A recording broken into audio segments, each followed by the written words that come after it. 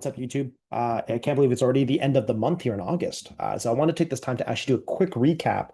Maybe I shouldn't say quick because I'm going to go over a few other things as well. But here's my recap of the month of August. I obviously will go over the usual PNL, trading calendar, those type of things. Right? I'll touch on all that. But before I allude to that, I did want to touch on a few important topics kind of taking place in the month of August for me, just specifically when it comes to trading, of course. I want to talk about obviously the MNQ series that I've been doing, the reason, the learnings, and that I hope that the community has been able to find as valuable. Much of that have come from the fact that after my big Apex 80K payout, people have been asking. So I kind of put that series together to kind of provide that education. I want to talk to also about why, for me, I truly believe that helping others is a big factor of growth for me as well, not just in trading, but also in all facets of my life, which I'll allude to a little bit later on. And then the last thing I want to talk about before going into the trading calendar and all that is just talking about uh, trading psychology based on being outcome driven. And so, anyways, I'll touch on that as well. So, first and foremost, the NMQ series. For those who have been following me already, you already know that the past 14 days of trading, I managed to get the top step eval, 50K eval, funded. And so, over the course of time, the whole objective was using the same structure of trading with same risk, same size, which is three micro contracts, right? With NQ, MNQ, and just going day by day, right? And so that right there shows us the discipline and what is possible with consistency and discipline and proper sizing and sticking to your plan. And although some of these key words might sound very generic, but I hope visually that series has provided some level of education around the importance of that, right? Obviously, could I have passed them sooner if had I just trade minis? Absolutely. I think for you guys watching those videos, you can see very clearly how quickly I could have passed those accounts. However, and I think it's very important, I think everyone is looking for that overnight success. What they don't understand is the amount of grind that goes behind getting to the stage, which I guess I could also allude to that much maybe at the end of depending how much time we have left here. But there's a lot of work that goes behind it, right? I always say, even in my career path, people would always say, "Hey, Alan, you make your job look so easy. Can you teach me?" I think people. I mean, I'll take it as a compliment, but I think what I make look easy isn't actually easy. There's a lot of work that goes behind it, and I would almost say that there's a lot of battle scars and tenure that goes behind what I make look easy, right? And I think that a lot of us may feel the same thing about day trading, right? I myself remember those years when I first started watching some of the big time traders out there achieve those large payout days and whatever that may look like, and I'm thinking to myself like, that looks easy, right? But obviously, with my experience, I obviously didn't stick to that thought process for very long because I myself know there's a lot of work that gets put behind it. But I'm hoping that MMQ series has provided some good education and understand that is only part one of three. Moving into part two now is going to be about, now that I'm funded with that account, I will continue to trade the same way, same size, and look to get paid out on that account. However long that will take, I will let it go as it needs to play out. If it's fast, great. If it takes longer, then it doesn't matter, right? I hope that brings the reality of trading for many of those out there as well. But that will be the next point of the series I will continue on as we move into the month of September. The other thing I want to talk about, as I mentioned, was education.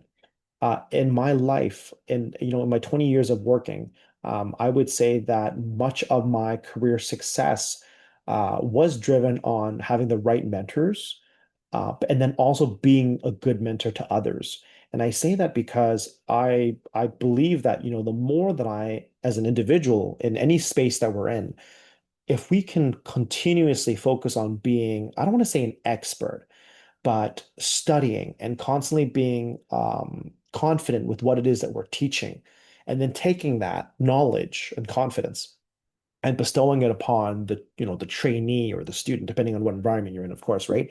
But when you keep doing that over and over and over again, that's like wax on, wax off. If I keep teaching that same person, I'll just use for an example, say I'm a coffee shop owner. If I'm teaching that person how to make a latte or a cappuccino over and over and over again, at some point I'm also instilling that same procedural aspect and values into myself, right? And so that's why I really enjoy educating in my career as a business consultant, but also when it comes to trading, because I find that the more that I do that, the better of a consultant or business person or trader I become because of the fact that I have to ensure that I'm always at the top of my game in order to be a good teacher.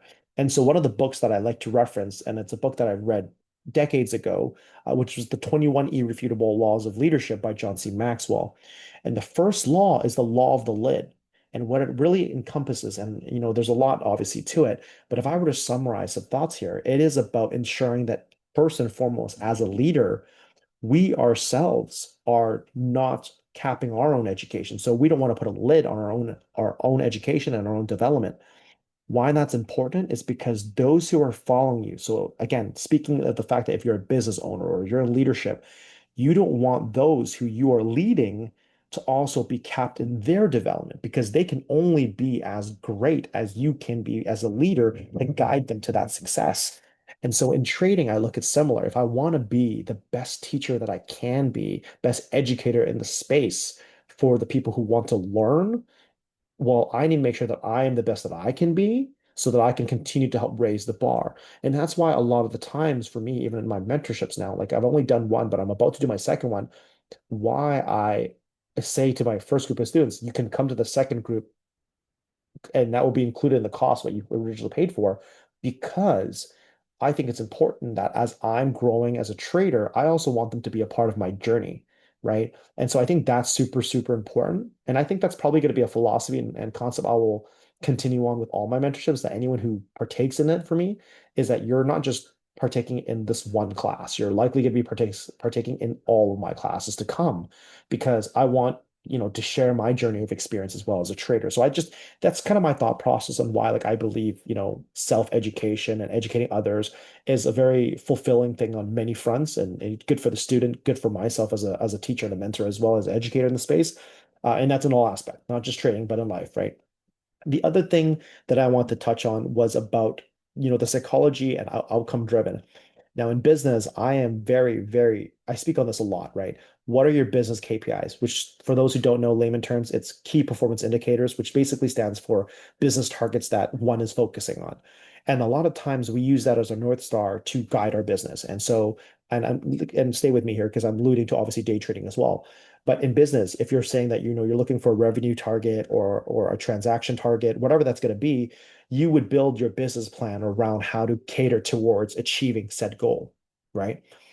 Now, I think that similar to trading, there can be challenges that come with that. And I'm going to explain. And I had an experience recently at a restaurant brand that I once had some form of working relationship with, where the person who was serving me at this restaurant told me that I'm sorry, I cannot do that because it will affect my service times, which essentially meant for her, it would affect the KPIs that that manager or that leader or that entrepreneur had set forth for them.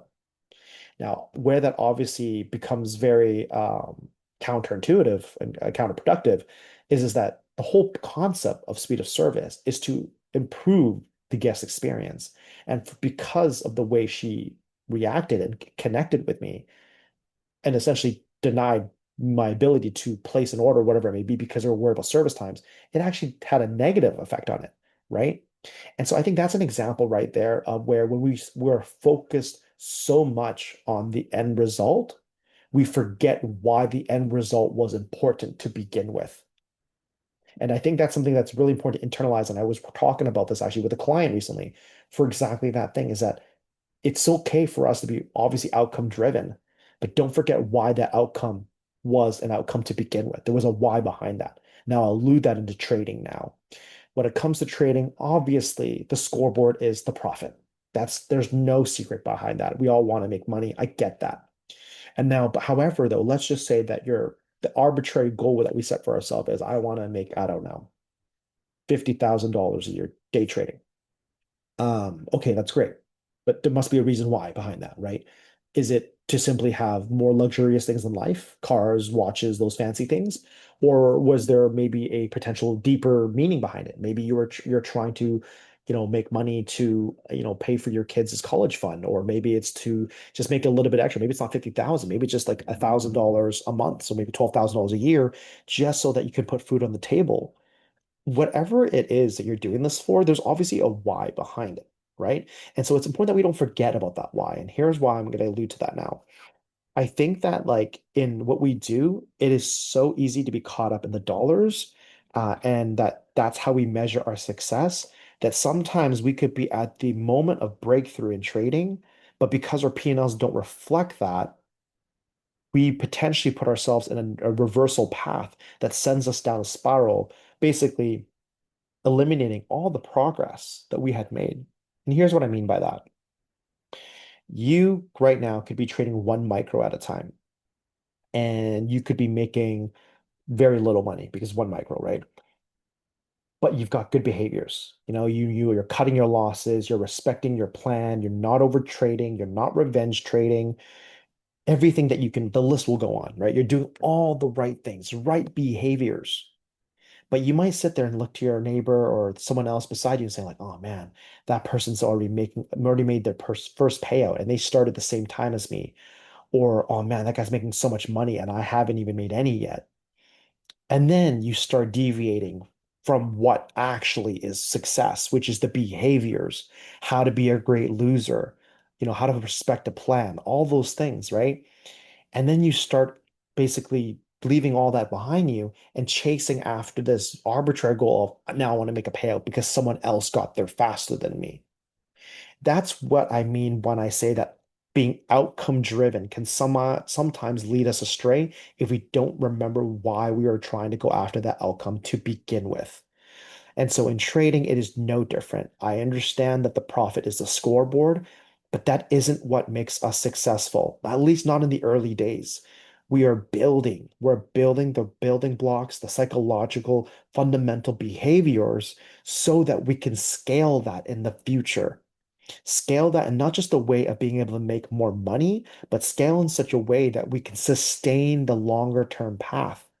Because even today for myself, people ask me, "Hey, Alan, are you ever going to plan to take on this project A or project B? You think you've proven yourself, you can totally take that on." And I humbly say, I don't think so. And I say that even after such a monumental record-breaking year, I tell myself that because you know what? Honestly, until I can have some consistent results like this one for the next 4 or 5 years, I don't know if I really want to have the confidence to do that yet. And as I say that, it doesn't mean that I've had bad years. I think those who I've been knowing in the trading space for the past few years know that I have been profitable for many years now. But to be profitable in the caliber and scale that I have in this year, as I said, record-breaking year, this is my first. So can I sustain a high performing year every year? And as I mentioned that, I want to be very careful as I say that too. I'm not saying I need to break my record every year. I'm not saying that I need to have a record year like this year every year. But the key point is for me is, can I be consistent though every year for the next 4 years? Because what I can tell you is that the Alan today that trades the market has evolved over the years, and I definitely have a different style. I'm better, I'm more respectful of my money, my time, my plans now more than ever. So if I were to ask myself, have I been consistent for 4 years? Absolutely not. I had not been. Have I been consistent to maybe the past 12 to 18 months? Maybe even 24 months? Yeah, I would say so. But now it is about I need to do for 3, 4, 5 more years. And if I could prove that to myself, then maybe I can think about what does leveling up look like for me. All right. And that will be future Alan's conversation to be had. I just say all this because I think it's important that it's good to be confident, but overconfidence can also kill us as well because we forget what built us. And I say this a lot in business as well, is don't forget where you came from because your roots are a very important foundation. And what obviously gets you here might not get you there, but I think that there is some obviously profound knowledge and information there to be had. Now, with that said, I'll dive into it because I know people are always asking about it because they just want to know the scoreboard and stuff like that. So I'll go over a couple of those things right now. So give me a moment here so I can share the screen. So there'll be three tabs that I'm going to share with you guys right now. And I do that this way just so that I can, it's as fluid as possible for you guys to see. Give me 1 second here. Apologies. Okay, perfect. So you can see here. So this is basically my year so far, and these are P&Ls, as in like they're not paid outs. They're not payouts. They're P&Ls. I probably won't share my payout publicly until the end of the year, and if that, maybe not even. I don't know. I don't know if sharing that type of stuff is really beneficial to people. I think if anything, sometimes it goads people into doing some of the wrong things in the marketplace. But P&L wise, people who follow me already know this, but I've had some really good months. Obviously, March was my record-breaking month that I had, and this was actually tr while I was traveling in Asia. I was in Taiwan, Singapore, and Hong Kong. I actually had the opportunity to meet some traders while I was out there too, which was really cool. But yeah, anyways, I had my biggest success there that month. And as I was having month after month of success, going into August, I honestly wanted to take it easy. A big part of that was because my uncapped 80K payout from Apex hit my account about a week and a half into the month of August. And I said, you know what? I honestly just want to take the month easy. Um, After 8 months of just day after day going at it with the screens, right? I wanted to take some time with the family, the kiddos. I have taken my foot off the pedal a little bit here and really just revamping and thinking about what I wanted to for the remainder of the year, and which I talked about, I believe, in one of my videos already recently. But I want to focus more on, driving business and preparing 2026's business plans and all that stuff for client work. I want to spend more time with family, that's for sure, especially right now as kids are going back to school soon, right? Um, but I want to spend more time on education and mentorships for the remainder of the year because I've had such a humbling good year. I definitely want to help kind of share and also help others achieve some form of success, however they choose to measure that, in that way as well. So that's a part of why. And I am actually going to be starting my mentorship 2.0, which I just posted on Instagram just yesterday, but I'm opening up the doors for applicants for the next couple days here. And so anyways, I'm excited to get that ball rolling as well because I think I've learned so much through my first mentorship that I taught that this next one is going to have definitely more days, more hours of dedication because I think there are more things that I want to share through the education process just so that the students can really absorb it and then just opening the doors to one-on-ones and what have you, right? But with that said, I think still $45,000 is I mean, again, you ask me years ago, this would have been a dream to have been able to accomplish from a performance perspective, right? And you can see my consistency still is the same here from a win rate perspective, 79.8% win rate. I've been hovering 75 to 80% win rate for majority of this year now. So it's been really good. And, profit factor 4.27. These are just some stat points, right? Like it's, again, I try not to focus too much on this either because I think sometimes again these become arbitrary goals, right? Again, back to my psychology point of being too outcome driven sometimes can also drive some of the wrong behaviors. Now, with that said, just speaking on the P&L performance on day by day, you can see, and I've been talking about this through the M&Q series already, so I won't go through it too much, but you can see here already that among the days in the month of August, I only had 3 losing days. But the thing is, as I always mention, I always had losing trades because if I had an 80% win rate, it means I've lost 20 of those trades. I've just managed my losers well, and I've been able to capture some solid winners and hold on to some solid winners over time. You can see some days are super, super small, and some days are super, super large, or maybe not super, super large, but larger. And understand that a big part of that reason actually is because some of these days that were smaller, I actually didn't really have much trades at all. The only reason why some of these days even had any trades to begin with was because a part of my M&Q series was me just showcasing um, what it looks like to trade. So also why the last few days were very small. Like this, what -51 on the Friday that we just had, I didn't even trade any of my accounts on Friday. I really just traded the M&Q series account and I trimmed for 30 points, but then I got stopped out on the remaining two MNQ contract, which is what resulted in my -51 for the day. But nevertheless, though, I think that theme I will probably continue to hit every single time. It might sound repetitive, but again, when you see a calendar like this for any of us as traders, it doesn't mean we're not losing. We absolutely are losing. We are just controlling our losses better, and we are just patient and ensuring that we do maximize our gains when we do have a winning trade. And I see based on this here, I think my biggest day was this day, 7,000. Um, right? Yeah, that's my biggest day there. So Anyways, so that's that. That's the calendar performance for the month of August. And then the last thing here is just when we talk about things like payouts, right? Like I this is the reason why I really like trader stats because I can kind of track all of my stuff here and obviously my mentor mode where I can use that for students as well. But this is where I track all the payouts, right? And what's pretty cool here is that like again, these are just arbitrary numbers being like placed here. If you click on the view, it actually shows obviously the payout certificates as well as any form of proof, whether it's like a wire payment from Tradeify or a wire payment from Take Profit Trader or whatever it may be. This is kind of it. And you can kind of see here that even in the month of August, right, on the days that I have here, I have been like some days you have like back to back, but some I have a large gap here where I didn't really do much. It's just because again I took it a lot slower. But you can also see in certain months, right, where I was a lot more like back to back, right? Like you could see even in July, June and July, it's like almost every single day I was getting a payout. And as I say this, I'm not saying you have to trade every single day. I really want to be sure that I'm emphasizing on that a great deal. But Take Profit Trader is basically the closest prop firm to live trading. So I have the ability to withdraw daily. So, anyways, that's when I was like at my A game, focusing, sizing appropriately for the big winners, all those type of things, right? But um I talk about this a lot actually in my mentorship where I know people get so caught up in the shiny aspect of like, holy crap, like you look at all those payouts even if you were to mute out all of these dollars, because you'll notice on those who follow me on Instagram, I don't post PNLs like barely ever. And the reason for that is because I think that again, it leads us astray sometimes. What I really focus on is the fact that I am able to pay myself every single day. And I think for me, that's more of a consistency aspect, right?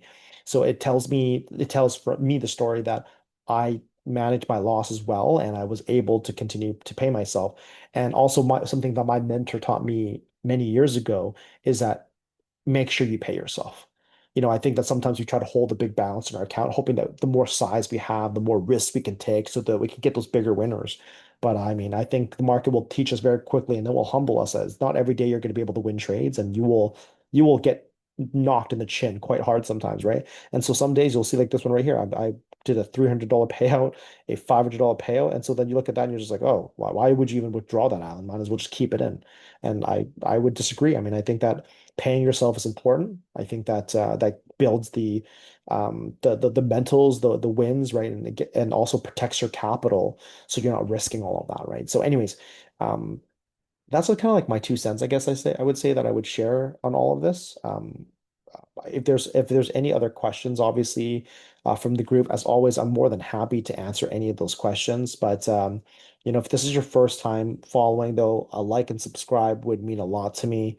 And just because I want to continue trying to provide content on all that stuff. But also, if you're not following me on Instagram, definitely follow me there. I believe it's in my profile here. I am doing a Apex giveaway right now for a free account of any size there if you just follow the rules of engagement based on what I posted there. And then also anyone who's interested in the mentorship as well, feel free to reach out. I guess in this case, since it's YouTube, you could just reach out on YouTube and comment below, and we could kind of figure out how to get the information to you there. But I know on Instagram, what I basically told people to do is just DM me their emails, and I will get something to them. But in this case, YouTube comments, I don't think it's a great idea to leave your email here. Reach out to me, follow on IG, and we can kind of go through that. But anyways, other than that, it's been a good month. Hope you guys are doing good. All things considered, looking forward to the month of September and what the market has to offer. I'll see you guys again next time.